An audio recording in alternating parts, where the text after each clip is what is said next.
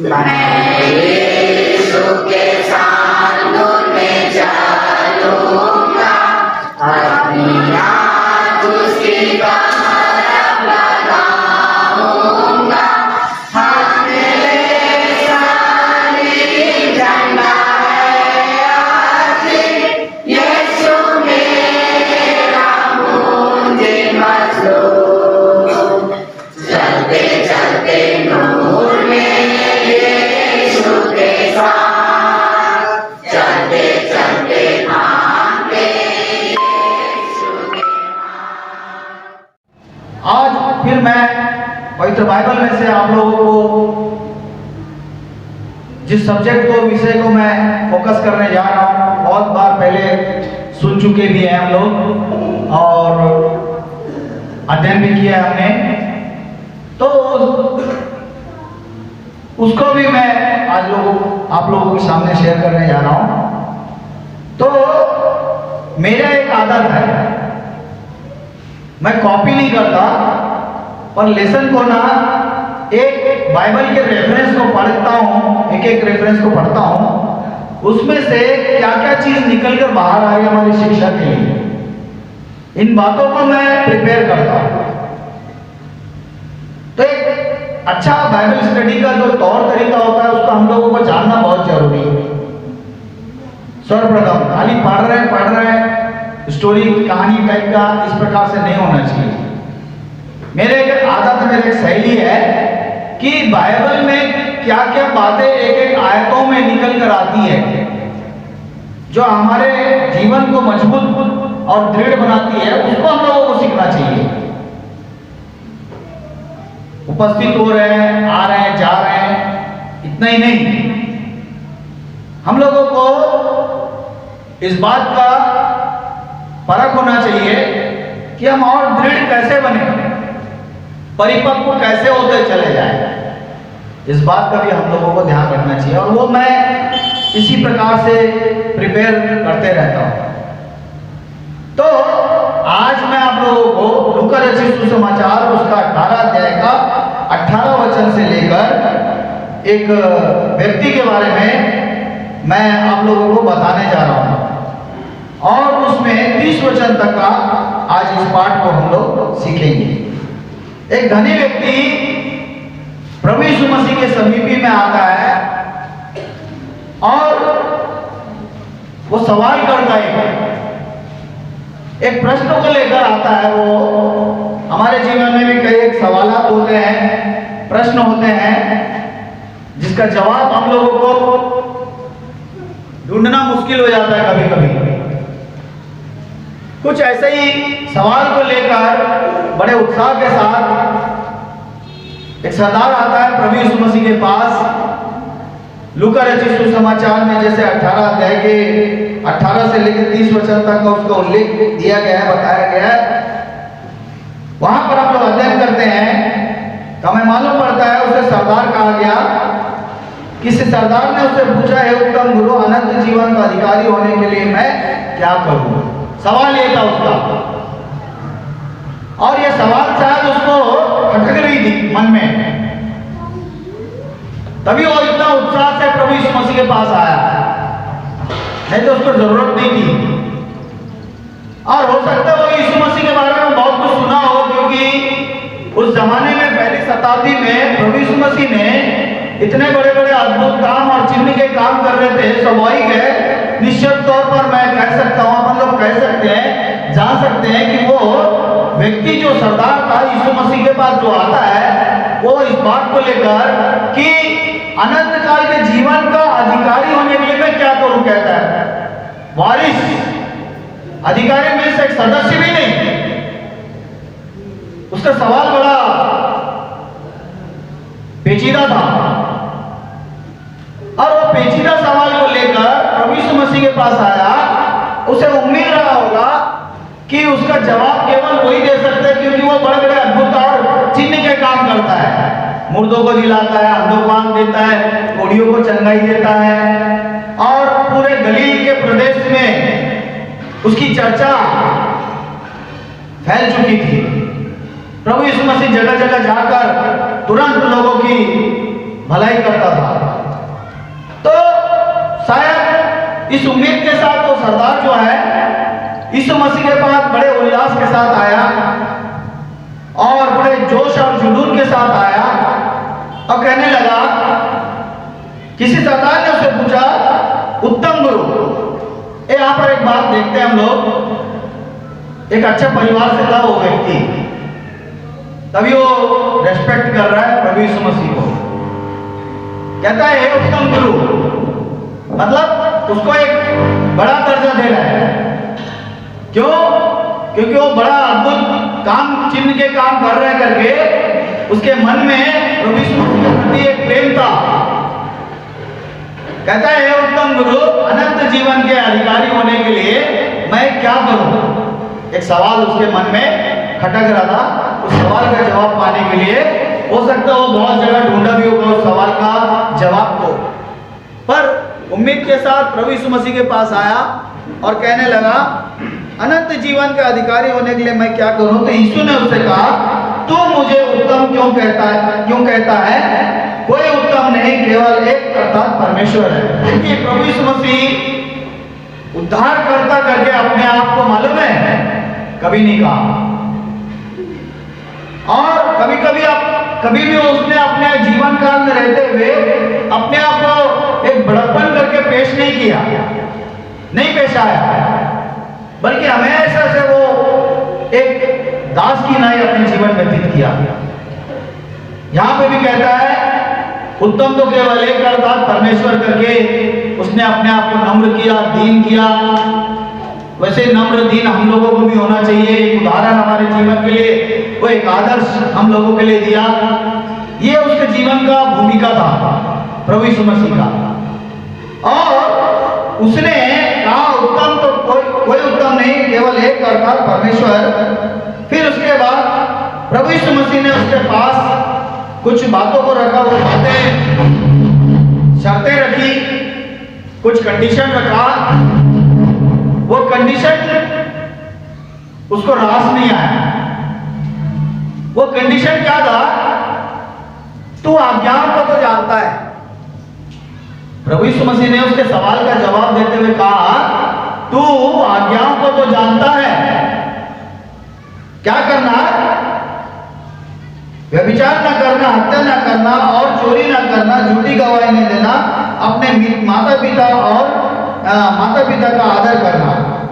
उसने कहा, मैं इन सबको लड़कपन से मानता आया हूं। यीशु ने कहा, तुझमें अब भी एक बात की घटी है, अपना सब कुछ बेचकर कंगालों को दे दे, तुझे स्वर्ग में धन मिलेगा, और आकर मेरे पीछे हो ले। अब यहाँ पर आप लोग देखते हैं उस सरदार के सामने में प्रभु यीशु मसीह ने कंडीशन को रखा। वो क्या था मालूम है? तू आज्ञाओं को तो जानता है, मतलब व्यवस्था को जानता होगा, है ना? शायद यीशु मसीह भी उस व्यक्ति के बारे में जानते होंगे। तू आज्ञाओं को जानता है तो ऐसा कर, तू व्यभिचार न करना, चोरी न करना, हत्या न करना, माता पिता का आज्ञा का पालन करना, आदर करना करके बोलने से उसने कहा, ये सबको मैं लड़कपन से मानता आया हूं। बोलने से कहने का मतलब ये है कि वो एक अच्छा आदर्श परिवार का व्यक्ति हम लोगों को दिखाई दे रहा है। एक बेहुदा परिवार का रहेगा तो ऐसा नहीं बोलेगा वो। इन सबको मैं लड़कपन से मानता आया, मतलब वो एक अच्छे परिवार का मालूम पड़ रहा है। यहाँ पर वचन के द्वारा हम पढ़ते हैं तो एक अच्छा परिवार का होने के बावजूद भी उसके जीवन में एक डाउट था कि अनंत काल के जीवन को पाने के लिए मैं क्या ऐसा काम करूं, क्या ऐसा दान पुण्य करूं जिससे मुझे अनंत काल का जीवन हासिल हो सके। इस प्रकार से उसके सवालों को लेकर प्रभु यीशु मसीह के पास आया। तो प्रभु यीशु मसीह ने आसानी के साथ उसके पास एक कंडीशन को रखा। तो उस कंडीशन को, वो व्यवस्था का पुस्तक को जानता था, जानकार व्यक्ति था, इसलिए वो कहा कि मैं इन चीजों को लड़कपन से मानते आया हूं। जैसा कि निर्गमन की पुस्तक उसका 20 अध्याय का जब हम लोग पढ़ते हैं 12 अध्याय में, तो वहां पर लिखा है 10 आज्ञाओं में मूसा के द्वारा जो पुराना नियम व्यवस्था दी गई थी उसको उसने कहा था अमल में लाना। उस सरदार को कहा था कि इन बातों को तू अपने जीवन में अमल में लाना। तो उसने कहा मैं अमल करता हूं, इन बातों को तो मैं बखूबी जानता हूं और समझता भी हूं। और लड़कपन से करते हैं। इतना ही नहीं कि लड़कपन से भी करते हैं, मेरे माता पिता ने इन बातों को सिखाया करके उसके सामने बोलने का जो विचार व्यक्त किया। तो बोला प्रभु यीशु मसीह मन के बातों को जानते थे, इसीलिए उनके मन के बातों को जानकर, उस व्यक्ति के मन के बातों को जानकर, उस सरदार के मन के बातों को जानकर, ये सब तो मानता है, ठीक है, अच्छी बात है, इसमें कोई संदेह की बात नहीं।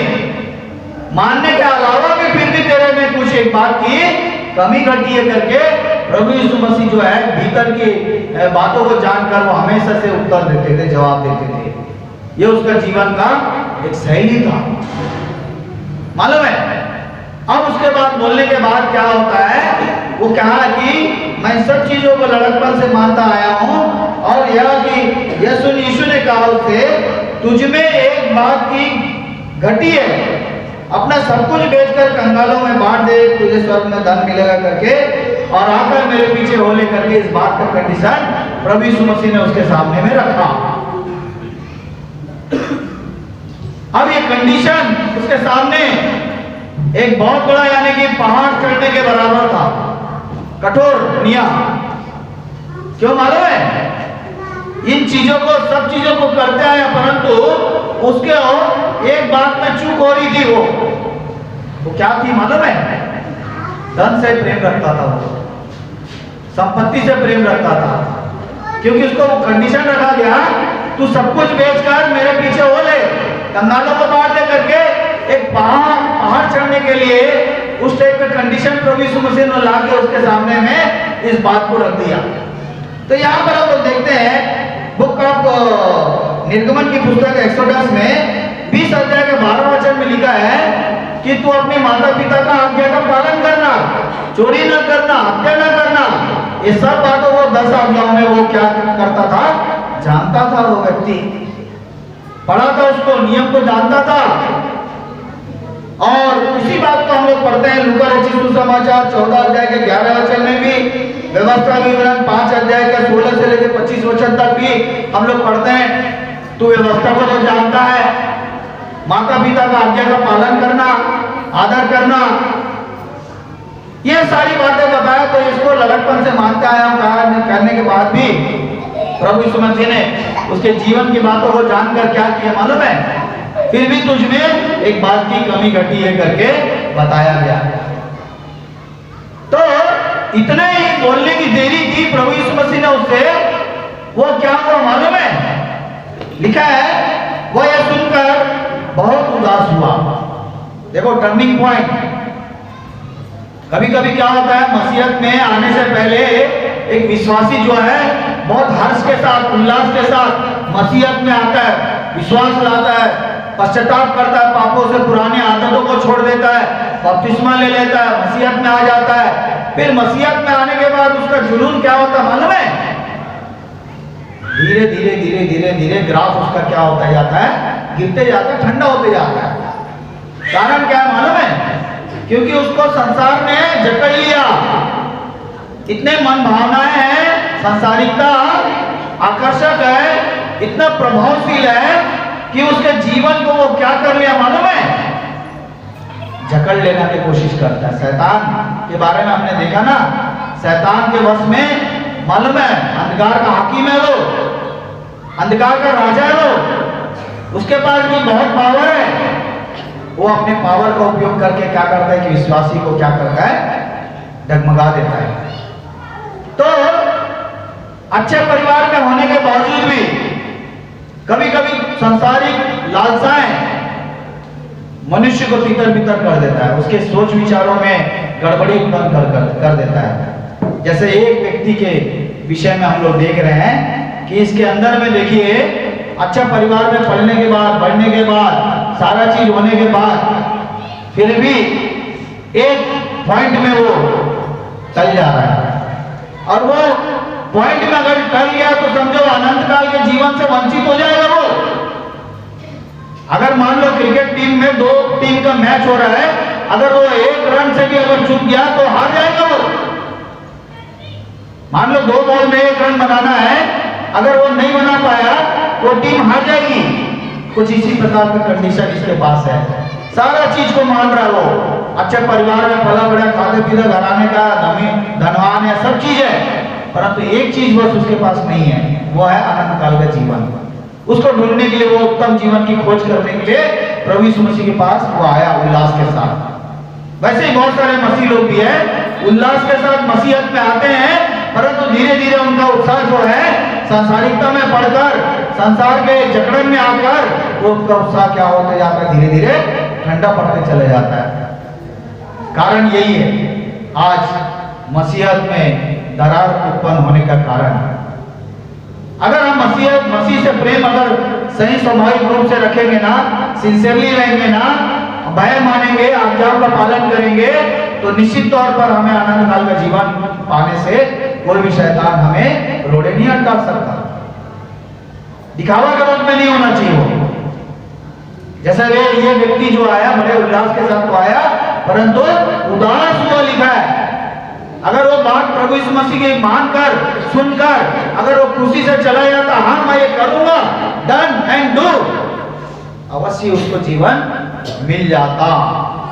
बिल्कुल इसके विपरीत लेकिन उसने क्या किया मालूम है? खुशी होने के बजाय उदास होकर चले गया, क्योंकि उसका टारगेट उद्धार या अनंत काल के जीवन नहीं था। सिर्फ औपचारिकता के कारण से वो शायद यीशु मसीह के पास आया, उसका एक फॉर्मेलिटी था लग रहा है। जैसे आप बहुत तेरे लोगों का होता है, प्रार्थना में जा रहे हैं, एक फॉर्मेलिटी है, जीवन में परिवर्तन आए या ना आए वो बात की बात है, जाना है, उपस्थिति देना है, मेंबरशिप लेना है, फीस मानना है। कई बहुत तेरे डिनोमिनेशंस में ऐसे ही है। तो कुछ इसी प्रकार का स्वभाव इसका दिखाई दे रहा है। उदास हुआ, और मालूम है उदास हुआ क्योंकि वो बड़ा धनी था। स्वाभाविक रूप से मालूम है, जब जीवन एड़ी चोटी सब एक कर दिया उस धन को कमाने के लिए, और अचानक उसको कहा जाए कि तू अपना सब कुछ बेचकर कंगालों को बांट दे, बोलने से उसका तो पैर से मान लो जमीन ही खिसक गया होगा, पांव से जमीन ही खिसक गया होगा, और जाकर वो उदास होकर क्या हुआ, चले गया। तो प्रभु यीशु मसीह इस बात को लेकर अपने चेलों से डिस्कस कर रहे थे। मालूम है, कह रहे थे कि देखो कैसे धनवानों का परमेश्वर के राज्य में प्रवेश करना कितना कठिन है। तो टारगेट उसका क्या था, इस संसार में मैं और कैसे धनवान हो सकता हूं। उद्धार नहीं था उसका टारगेट, उसका एम या उद्देश्य या मकसद ये नहीं था। आया तो जरूर था सवाल को लेकर, और उसका सवाल का जवाब पाकर वो उदास होकर चला गया। तो प्रभु यीशु मसीह ने कहा अपने चेलों के पास बैठे बैठे कि राज्य में प्रवेश करना कितना कठिन है। परमेश्वर के राज्य में धनवानों के प्रवेश करने से ऊंट का सुई के नाके में से निकल जाना सहज है। ऊंट कितना बड़ा होता है, सुई का छेद कितना बड़ा होता है, हम लोग देख सकते हैं। और प्रभु यीशु मसीह कहता है कि ये सहज है, हो जाएगा, संभव है। पर धनवानों का परमेश्वर के राज्य में प्रवेश करना कठिन है। यानी कि एक म्यान में दो तलवारें नहीं जा सकती, दो नाव पे सवार होके कोई भी सवारी नहीं कर सकता, संभव नहीं है ये। वैसे आज मसीहत में हम लोग आने के बाद अगर पलट कर देखते हैं तो सदोम और अमोरा में जैसे लूत की पत्नी का हाल हो गया था ना, वैसा हो जाएगा। मालूम है, निकल जाओ, लूत की पत्नी का नाम बाइबल में नहीं बताया गया। कभी सोचा आप लोग ने क्या नाम रहा होगा? है लूत करके बताया जा रहा है। लूत की पत्नी का नाम मालूम है? फलाना ढेराना कुछ लिखा है क्या? नाम नहीं हो, क्या नाम की रहेगी मालूम नहीं। दुनिया को देख रही थी वो, नमक का खंभा बनकर रह गई। तो आज अगर हम लोग दुनिया की तरफ देखते हैं तो हम लोग भी क्या बन जाएंगे, हम लोगों को नहीं मालूम है। कुत्ता बनेंगे कि बिल्ला बनेंगे कि लोमड़ी बनेंगे कि नहीं मालूम। कई लोग बोलते हैं ना, मरने के बाद तू लोमड़ी बनेगा। सुने ना ऐसे काल्पनिक बात, अंधविश्वास की बातें। मरने के बाद क्या बनेगा? गधा बनेगा बोल देते कई लोग। तो लूत की पत्नी क्या बन गई? नमक का खंभा बन गई। उसको बोला गया था, मना किया गया था। इस धनवान व्यक्ति को भी मना किया जा रहा है, तू आज्ञाओं को तो जानता है, तू अपना सब कुछ बेचकर क्या हो जाए, मेरे पीछे हो जाए। परमेश्वर ने भी कहा था तू उस देश से निकल जा, उस देश में इतना कुकर तो कि मैं बर्दाश्त से बाहर हो गया है, सीमा रेखा पार कर चुके हैं। मतलब सोचिए, सीमा रेखा को पार करना मतलब कितना हद पार कर दिए थे सदोम और अमोरा के लोगों ने। तो परमेश्वर को कोप इतना भड़का कि आग और गंधक से उसको क्या कर दिया, भस्म कर दिया गया। वो गंधक आज भी है। हमारे पापा जी इस कंपनी में काम करते हैं, वहाँ गंधक आया करता था। एलम प्लांट का जो डिपार्टमेंट था वहाँ पर, मालूम है, वहाँ से गंधक आया करता था, अरब कंट्री से। तो सोचिए कितना परमेश्वर का रोष को भड़का होगा कि सदोम और अमोरा की स्थिति को ऐसा कर दिया।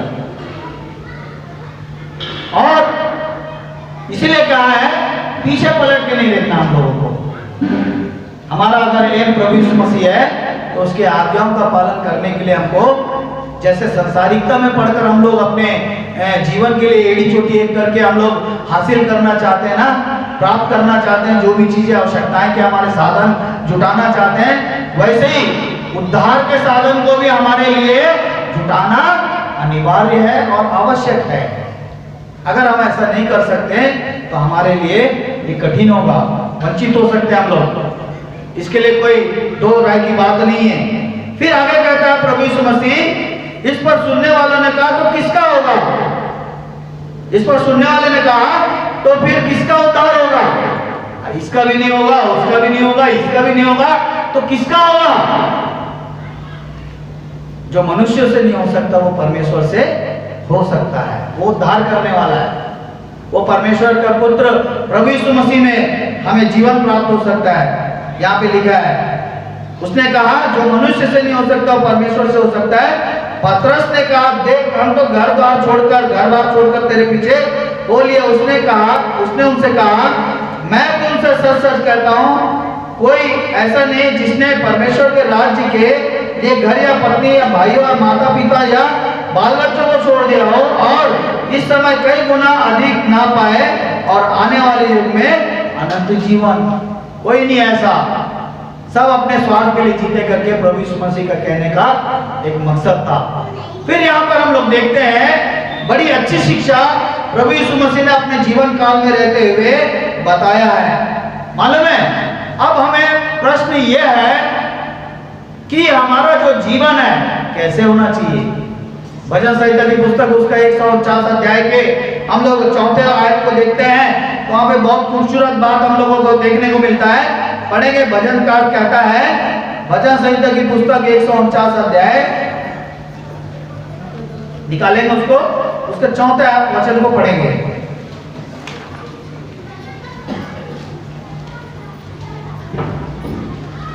एक 149 अध्याय और उसके 4 वचन को। क्योंकि यहोवा अपनी प्रजा से प्रसन्न रहता है। हाँ, क्योंकि यहोवा अपनी प्रजा से प्रसन्न रहता है, वह नम्र लोगों का और वह नम्र लोगों का उद्धार करके उन्हें स्वाभिमान करेगा। उन्हें शोभायमान करेगा। किन लोगों का शोभायमान करेगा? वो धनवान व्यक्ति की तरह वो नहीं, उनको नहीं जो संसारिकता में चलते हैं ना, नम्र लोगों को वो क्या करेगा? उद्धार करके उनका शोभायमान करेगा। यानी कि हम लोगों को ध्यान देने वाली बात यह है, जैसा प्रभु यीशु मसीह का जीवन था वैसे ही हमारा भी होना चाहिए। नम्र दीनता का जो जीवन है, फिलिप्पी की पत्री उसका 2 अध्याय के 5 से लेकर जब 8 वचन तक देखते हैं, मालूम है उसमें लिखा है, वहां पर दास का स्वरूप धारण किया प्रभु यीशु मसीह ने, जबकि स्वर्ग और पृथ्वी का सारा अधिकार उसके पास था, फिर भी वो क्या बना? दास बना। एक ऐसा उदाहरण हम लोगों के जीवन में होनी चाहिए। फिर कहता है वह नम्र लोगों का क्या करेगा? यहोवा अपनी प्रजा से प्रसन्न रहता है, वह नम्र लोगों को उद्धार करके उन्हें क्या करेगा? शोभायमान करेगा। तो हम लोगों को नम्र बनना है, दीन बनना है और हम लोगों को छोटा बनना है ताकि हमारा उद्धार हो सके। उसी बात को यहाँ पर कहता है, लूका रचित सुसमाचार उसका 14 अध्याय का 11 वचन पढ़ेंगे। लूका रचित सुसमाचार उसका 14 अध्याय और उसका 11 वचन, 14 का 11। क्योंकि जो कोई अपने आप को बड़ा बनाएगा, जो कोई अपने आप को बड़ा बनाएगा कि मैं ये हूं मैं वो हूं करके, वो क्या होगा मालूम है? वह छोटा किया जाएगा। वह छोटा किया जाएगा। सीधी सी बात है, नो कॉम्प्रोमाइज, कोई समझौता नहीं। और जो कोई अपने आप को छोटा बनाएगा, और जो कोई अपने आप को छोटा बनाएगा, यहाँ पर परमेश्वर के निकट वह बड़ा किया जाएगा। वह बड़ा किया जाएगा। सीधी सी बात है। इसी बात को वो एक धनवान पुरुष जो आया बड़े उत्साह के साथ, उसको वो सिखाना चाह रहा था कि कोई उत्तम नहीं, केवल एक अर्थात परमेश्वर है। और इतने बात सुनने के बाद वो उदास होकर चला गया। फिर मालूम है प्रभु यीशु मसीह ने उनको जो जीवन देने जा रहा था, वो हाथों से बना हुआ घर नहीं था, उससे भी बढ़कर था। पहले कुरिन्थियों की पत्री निकालेंगे, उसका 5 अध्याय वहां पर पढ़ेंगे हम लोग। मेरे ख्याल से 5 अध्याय का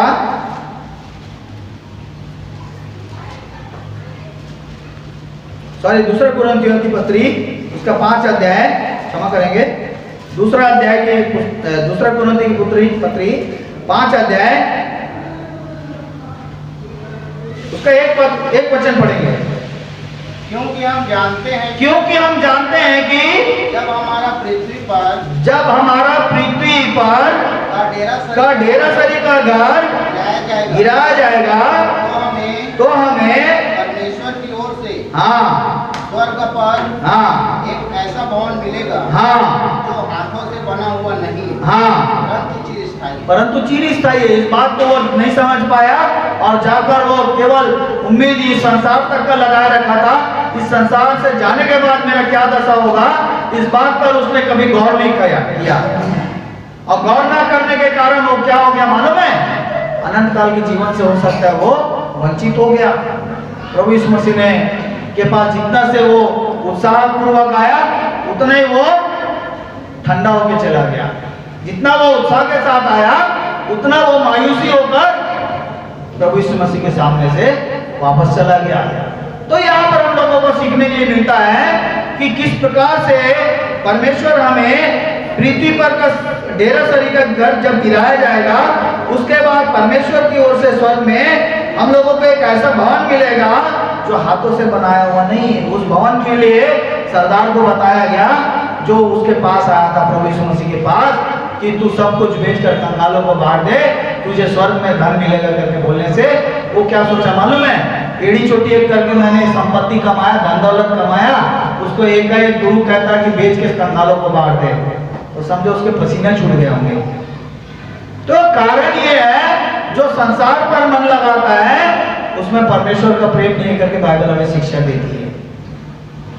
ना तो तुम संसार से ना संसार के वस्तुओं से प्रेम रखो। जो कोई संसार और संसार की वस्तुओं से प्रेम रखता है, उसमें परमेश्वर का प्रेम नहीं करके बाइबल हमें थिस्सलुनीकियों की पुस्तक और बहुत जगह स्थानों पर हमें देखने को प्राप्त होता है, मिलता है।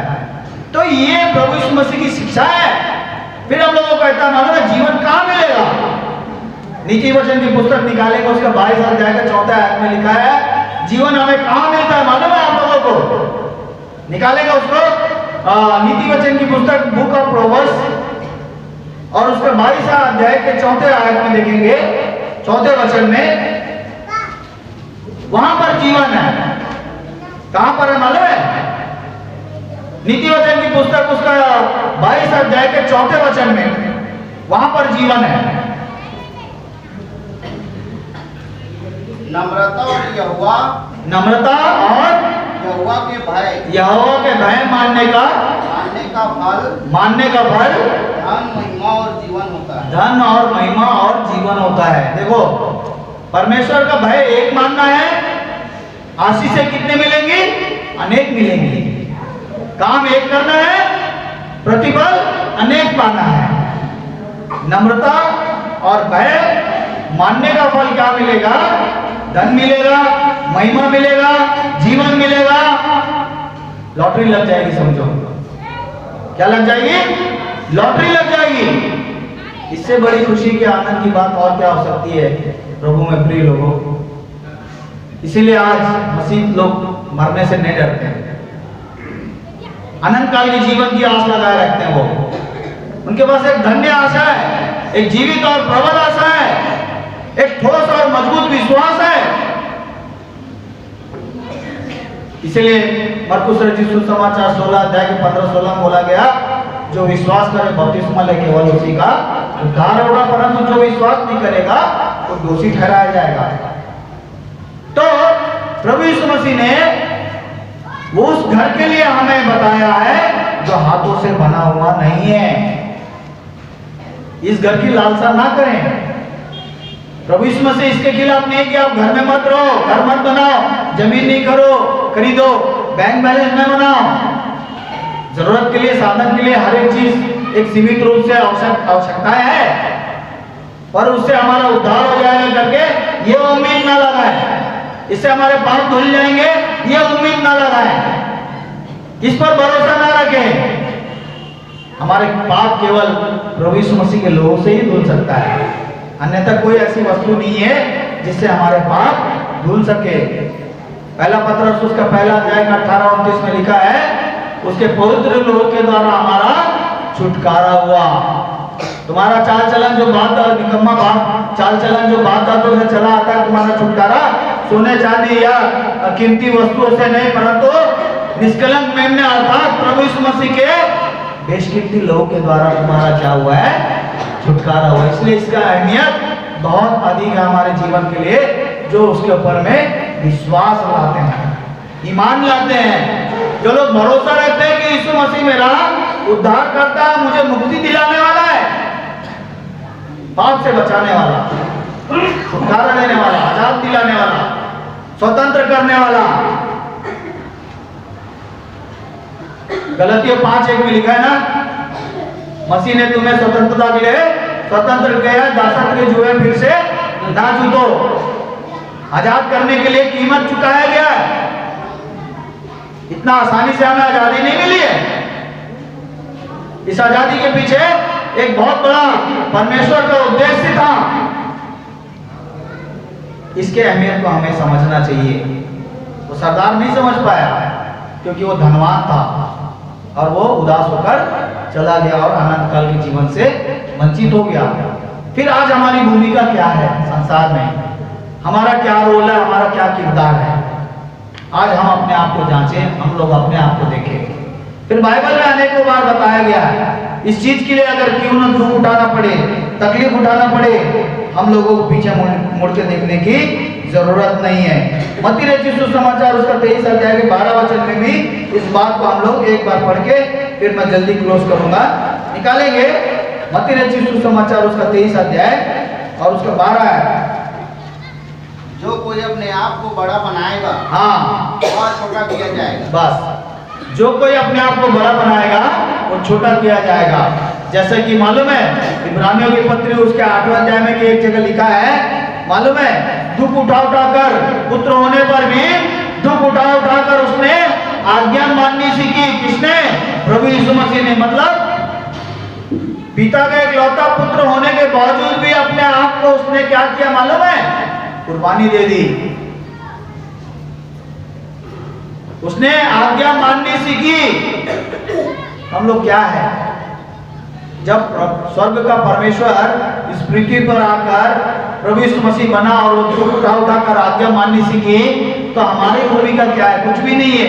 हमारी क्या योग्यता है?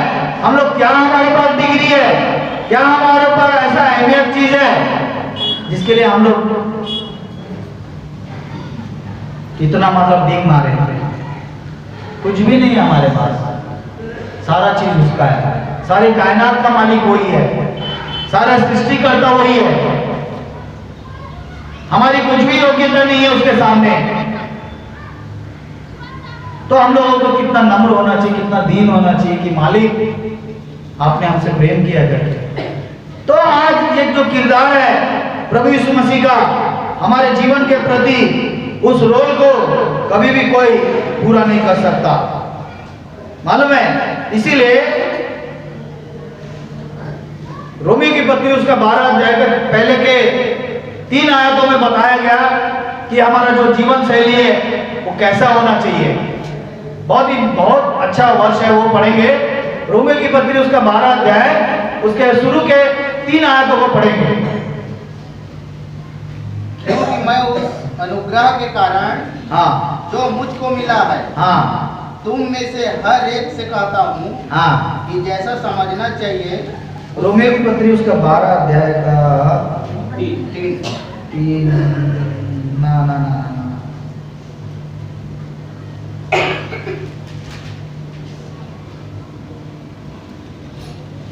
12 का 3 है क्या? 12 का 3। एक मिनट ना, इसमें नहीं लिखा है। मैं बता रहा हूँ, एक मिनट। दूसरा अध्याय निकालेंगे रोमियो की पत्री 2 का 12 निकालिए तो।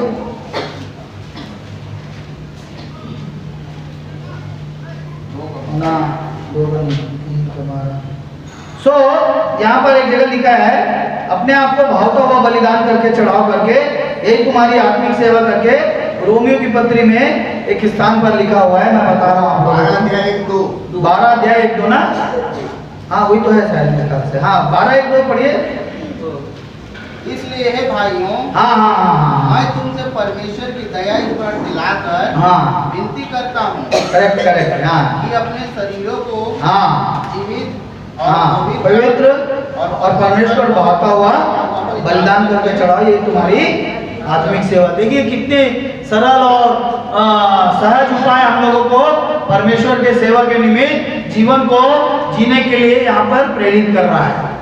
मतलब हमारा जो आत्मिक जीवन कहता है, मैं तुमसे परमेश्वर की दया स्मरण दिलाकर प्रेरित पौलुस रोमियो को लिखते हुए कहता है कि विनती करता हूँ अपने शरीर को जीवित पवित्र और परमेश्वर को भावता हुआ बलिदान करके चढ़ाओ, यही तुम्हारी आत्मिक सेवा करके बाइबल हमें शिक्षा देती है।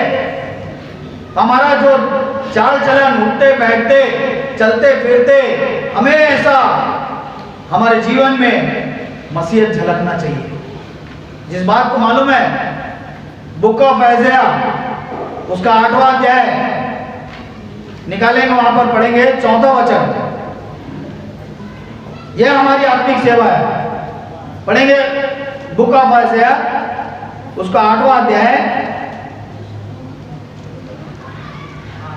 8 का 4, वहां पर बहुत अच्छी बात चेतावनी लिखता है।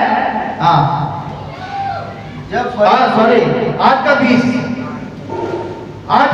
8 अध्याय का 20 पद 20। हाँ उससे कहा गया, हाँ 8 का 20, यशायाह नबी की पुस्तक। व्यवस्था और चितौनियों की ही चर्चा किया करो। हाँ यदि वे लोग इन वचनों के अनुसार न बोले हाँ तो निश्चय उनके लिए पाँव न फटेगी। बस यहाँ पर एक अच्छा जीवन जीने के लिए मालूम है हमारे जीवन में क्या होना अनिवार्य मालूम है? उसके चितौनियों के ऊपर मनन करना। इसकी चितौनियों पर, परमेश्वर की चितौनियों के ऊपर, उसके व्यवस्था के ऊपर, उसके नियम के ऊपर में हम लोगों को अगर मनन करेंगे ना, तो हमारा जीवन कभी भी नहीं लड़खड़ाएगा, कभी डगमगाएगा भी नहीं।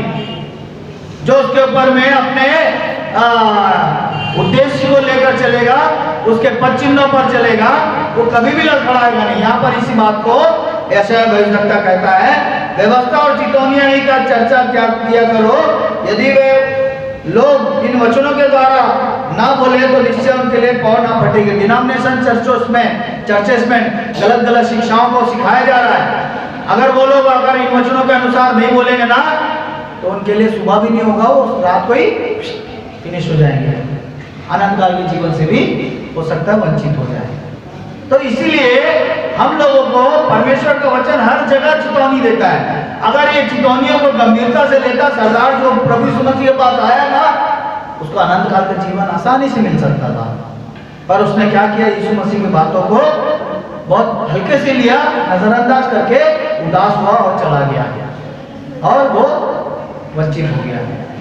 तो इसीलिए उठते बैठते चलते फिरते क्या करना? व्यवस्था और चितौनियां है कि क्या करना? ध्यान करना। और मालूम है परमेश्वर का वचन हमारे लिए 2 धारी तलवार से भी अधिक पैनापन है, जो हृदय को छीनने वाला है। प्रेरित पतरस जब खड़े होकर प्रचार किया, एक बहुत बड़ा समुदाय सुन रही थी, तो उन्होंने क्या किया मालूम है?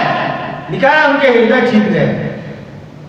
मतलब आज मसीह लोगों को कितना भी बीन बजा बजा कर भी बताया जाओ, समय पे प्रार्थना में आओ, समय पर वचन सुनो, समय पे चलो, समय पे अपने जीवन शैली को बदल डालो बोलने से मालूम है एक कहावत मुझे याद आता है, भैंस के सामने बीन बजाए, वो वाला हिसाब कहावत लागू होता है।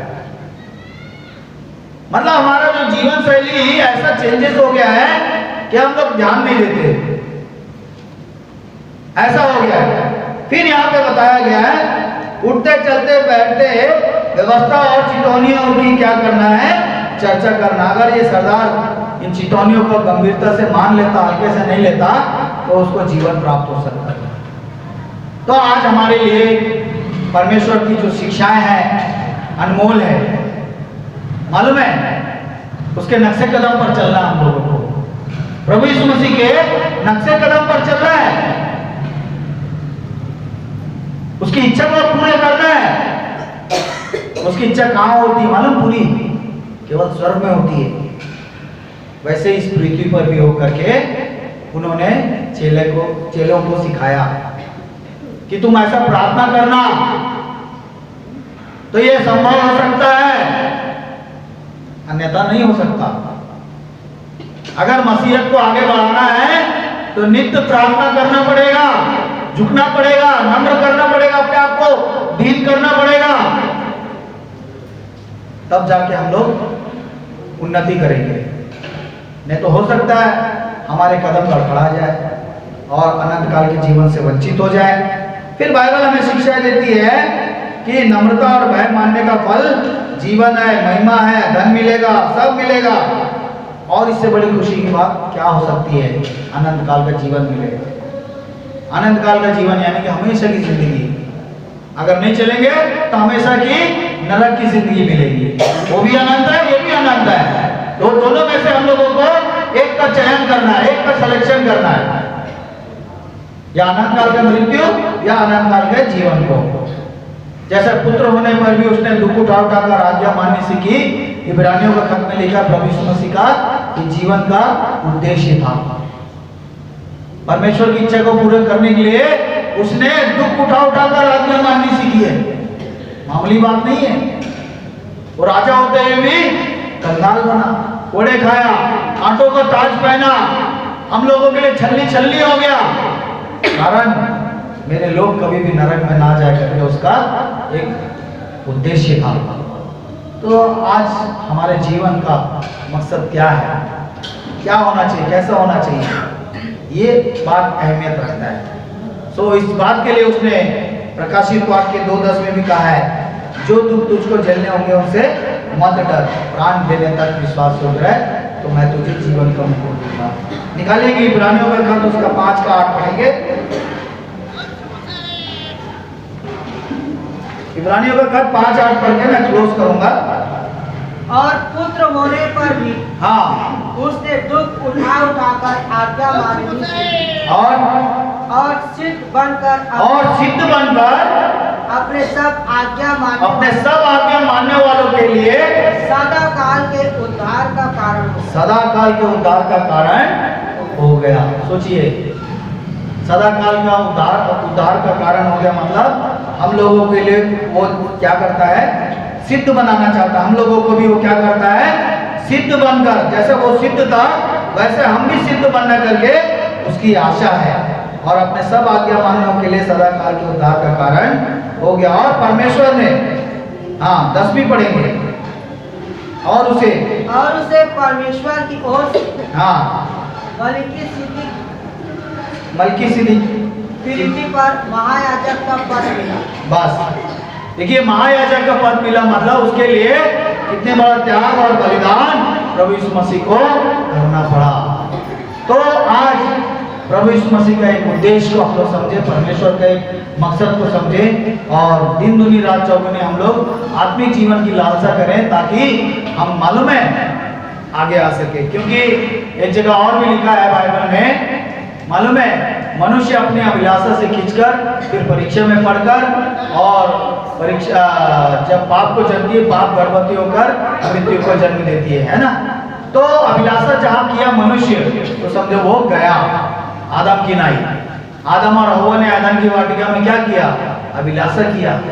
मन भाऊ है, देखने में वृक्ष का फल मत खाना बोलने के बावजूद भी क्यों ऐसा मना कर रहा है? क्या कारण हो सकता है? चलो हम खा के देखते हैं करके उन्होंने लालसा किया, और जिस दिन लालसा की उस दिन मर गए, परमेश्वर की संगति से अलग हो गए। एक अभिलाषा की बात बताता हूँ, मैं एक उदाहरण बताकर क्लोज करूंगा। एक बार मेरे पिताजी के प्लांट से साल में एक बार पिकनिक मनाने जाया करते थे एम्प्लॉइज। उसमें मेरे पिताजी तो नहीं जाते थे कहीं पर भी, मेरे पिताजी किसी की संगति भी नहीं करते थे। तो उनका जो ग्रुप था प्लांट के जो एम्प्लॉइज थे, उन्होंने क्या किया मालूम है? ये उदाहरण मैं अपने लोकल कम्युनिकेशन में भी बार बार बताता हूँ कि अभिलाषा करने से मनुष्य के ऊपर में कैसे पहाड़ टूटता है, ये मैं बता रहा हूँ आप लोगों को। तो पिकनिक मनाने के लिए गए, पिकनिक मनाने के लिए गए, बढ़िया आराम से खाना वाना बना लिए, जंगल में जाके झाड़ियों में जाकर कहीं अच्छा जगह में जाकर उसके बाद खा के सब लौट रहे थे वापस एम्प्लॉइज लोग। मेरे पिताजी कभी भी जाते नहीं थे, ना ड्रिंक करते थे ना कुछ करते थे। अब इन लोगों ने क्या किया मालूम है? आते आते समय अच्छा खासा चुपचाप घर आ जाना था ना, आने के बजाय क्या किया मालूम है? किसी एक ने बहका दिया उनको कि बोले वहाँ मदिरा बहुत है, शराब जो है सस्ते में मिलती है, छकने में बहुत अच्छा है करके। अब एक शैतान ने क्या मन में बात डाल दिया, उन लोगों ने गया और पी पा लिया, ड्राइवर भी पी पा लिया, गाड़ी चला के वापस आए तो पूरे ट्रक की ट्रक पलटी हो गई। पलटी हो गई तो 3-4 लोग खत्म हो गए। उसमें एक मेरा मित्र का भी पिताजी था, वो मोहम्मदन था। तो सोचिए अभिलाषा मनुष्य को खींचकर कहाँ ले जाती मालूम है? मृत्यु की ओर ले जाती है। चुपचाप अगर एंजॉय कर लिया ठीक है, दिन भर दोस्त यार मिल के पिकनिक मना ली, अच्छी बात है। चुपचाप आ जाते तो क्या होता? खुशी खुशी अपने परिवार में क्या करते? बताते हम लोगों ने पिकनिक में ये खाया, एंजॉय किए, ऐसे किए वैसे किए करके बताते। फिर बाद में मालूम आते समय में वो लोग गाड़ी पलटी हो गई, 3 लोग मर गए, और उसको क्या हो गया मालूम? पिकनिक क्या है, काय में परिवर्तन हो गया? मातम में परिवर्तन हो गया। तो अभिलाषा ऐसा काम करता है, इसीलिए अभिलाषा से दूर रहने करके बाइबल हमें इस सरदार को जैसे बताया गया हमें भी बताती है, ना तुम संसार से, ना संसार की वस्तुओं से प्रेम रखो। जो कोई संसार और उसकी वस्तुओं से प्रेम करता है उसमें परमेश्वर का प्रेम नहीं है करके। और एक एक आयत अगर हम खोल के पढ़ेंगे तो और भी बहुत शिक्षाएं हैं बाइबल में। परमेश्वर की मनसा की किताब बोलते हैं इसको, क्या बोलते हैं? परमेश्वर की इच्छा की किताब है ये। इसको अगर पढ़ेगा तो मनुष्य आत्मिक रूप से बहुत ही दृढ़ और मजबूती हो जाएगा, उसे कोई भी किसी भी प्रकार का संसार में भय नहीं रहेगा। तो ये पुस्तक हमें आत्मिक जीवन के लिए प्रेरित करती है ताकि हम सिद्ध बने, जैसा प्रभु यीशु मसीह सिद्ध था, वो चाहता है कि हम भी सिद्ध बने और उसके योग्य फल लाएं। और उसकी योग्यता को हम लोगों को पाने के लिए सारा कुछ उसने अपने लिए हमारे लिए दे दिया और त्याग दिया, तो जाकर हम लोगों को ये जीवन मिला। और आज आप मैं एक दूसरे को जान रहे, एक दूसरे से प्रेम कर रहे हैं। नहीं तो मैं कहाँ, आप कहाँ, वो कहाँ, ये कहाँ, सब लोग आके एक झुंड में कलीसिया के रूप में इबादत कर रहे हैं। कितनी अच्छी बात है, इससे बड़ी आनंद की बात और खुशी की बात और क्या हो सकती है। ब्रदर विनय भी दिल्ली से आया हमारे साथ प्रेम बांटने के लिए। यह होता है आत्मिक जीवन। बड़े जन समुदाय को प्रेरित पत्र प्रचार कर रहे थे, वहां पे भी अनेक लोग थे, एक जगह के लोग नहीं थे। और उन्होंने मालूम है जब एक हुए तो क्या कर रहे थे मालूम है? क्या कर रहे थे आप लोग बताइए? प्रेरितों के काम 2 अध्याय में क्या कर रहे थे? रोटी तोड़ रहे थे, संगति कर रहे थे, प्रार्थना कर रहे थे, लौलीन रहे लिखा है। मतलब दूसरा काम कुछ नहीं सोच रहा था, केवल इबादत करना है, मतलब इबादत करना है, बाकी काम बाद में करेंगे। बहानाबाजी नहीं चलेगा। मुझे वो काम है, मुझे यहाँ जाना था, मुझे वो करना था, बच्चों को स्कूल छोड़ना था, मेरे को दफ्तर जाना था, ऑफिस जाना था। उस दिन बोलेगा मैं तुम्हें नहीं जानता है, कुकर्मी मेरे सामने से दूर हो जाओ। कब होगा मालूम है? 9:27 में होगा, इब्रानियों का 9:27 में, जब हम यहाँ से रुखसत कर जाएंगे, मैं तुम्हें नहीं जानता कहेगा, तब क्या होगी हमारी दशा। तो आज हमारे पास अवसर है हमारे जीवन में परिवर्तन लाए, प्रभु यीशु मसीह में मजबूत बने, सिद्ध बने, ताकि हम परमेश्वर से प्रतिफल पा सकें और उस सरदार की तरह नहीं जो उत्साह के साथ आया उदास होकर चला गया। आज मसीह में भी बहुत सारे लोग विश्वास के साथ आते हैं, बपतिस्मा ले लेते हैं, मैं मसीह बन गया करके ढिढोरा पीटते हैं, बाद में टाएं टाएं खिस हो जाते हैं। तो ऐसा जीवन हम लोगों को नहीं जीना है, बशर्ते प्रभु यीशु मसीह के नक्शे कदम पर चलना है ताकि हमारा जीवन भी सिद्ध बने। आप लोगों ने धैर्य से सुना, इसके लिए मैं धन्यवाद करता हूँ। नमस्कार।